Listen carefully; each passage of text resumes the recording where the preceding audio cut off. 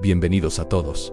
En la noche de hoy, nos adentraremos en una de las leyendas más enigmáticas y misteriosas del campo chileno, el Culebrón. Dicen los antiguos que en las profundidades de los canales y las quebradas del sur, habita una criatura que desafía toda explicación, un ser que emerge en las noches más oscuras, cuando la luna apenas se asoma entre las nubes, y el silencio del campo es interrumpido, solo por el murmullo del viento entre los árboles. Don José, un veterano agricultor de la zona de Chiloé, nos cuenta: mi abuelo siempre nos advertía sobre el culebrón. Decía que era una serpiente gigante, con escamas que brillaban como metal pulido bajo la luz de la luna. Sus ojos, dos brasas ardientes en la oscuridad, hipnotizaban a quien osara mirarlos directamente. Los testimonios se multiplican a lo largo del territorio. En Temuco, María, una antigua pastora, recuerda aquella madrugada cuando todo su rebaño se inquietó sin razón aparente. Los animales lo sienten, nos explica. Pueden percibir su presencia mucho antes que nosotros. Esa noche, las ovejas se agruparon todas juntas, temblando, mirando hacia la espesura del bosque. La descripción del culebrón varía según la región, pero hay elementos que se mantienen constantes en su tamaño descomunal, que según algunos testimonios puede alcanzar los 20 metros de largo, su capacidad de moverse silenciosamente a pesar de su enormidad. Y lo más intrigante, las huellas que deja a su paso. En los campos de la región del Mall, los agricultores han encontrado marcas inexplicables en surcos perfectamente delineados, como si algo masivo se hubiera deslizado sobre la tierra, pero sin el patrón característico de ningún animal conocido. No es como el rastro de una serpiente normal, explica Pedro, investigador local. Es algo más complejo, más profundo, como si llevara consigo un peso ancestral. Las teorías sobre su origen son tan variadas como fascinante.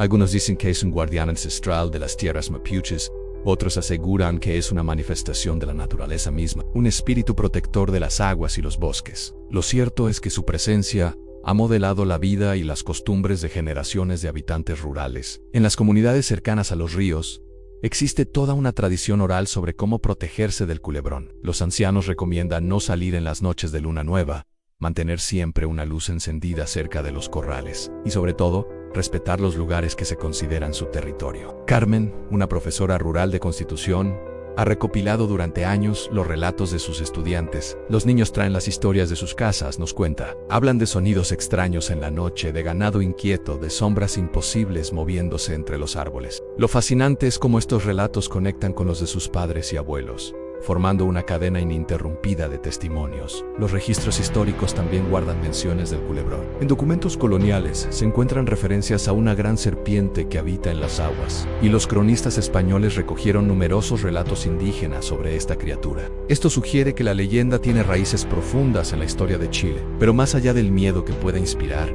el culebrón representa algo más profundo a la conexión del pueblo chileno con su tierra, con sus tradiciones y con el misterio que aún pervive en sus campos y bosques. Es un recordatorio de que, incluso en nuestra era moderna, hay lugares donde lo inexplicable todavía encuentra su espacio. Si bien la ciencia no ha podido confirmar su existencia, el culebrón sigue vivo en la memoria colectiva, en las historias que se cuentan alrededor del fogón, en las advertencias de los mayores a los jóvenes, en el respeto que aún se guarda por ciertos lugares sagrados. Esta noche, mientras escuchan esta historia, quizás algunos de ustedes miren por su ventana hacia la oscuridad del campo chileno. Y tal vez, solo tal vez, alcancen a ver un destello, un movimiento inexplicable, o sientan esa antigua inquietud que nos recuerda que hay misterios que aún no hemos descifrado.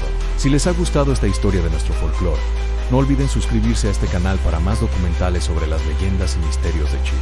Compartan sus propias experiencias en los comentarios y activen la campanita para no perderse nuestras próximas investigaciones. Nos vemos en el próximo video, donde seguiremos explorando los secretos que guarda nuestra tierra.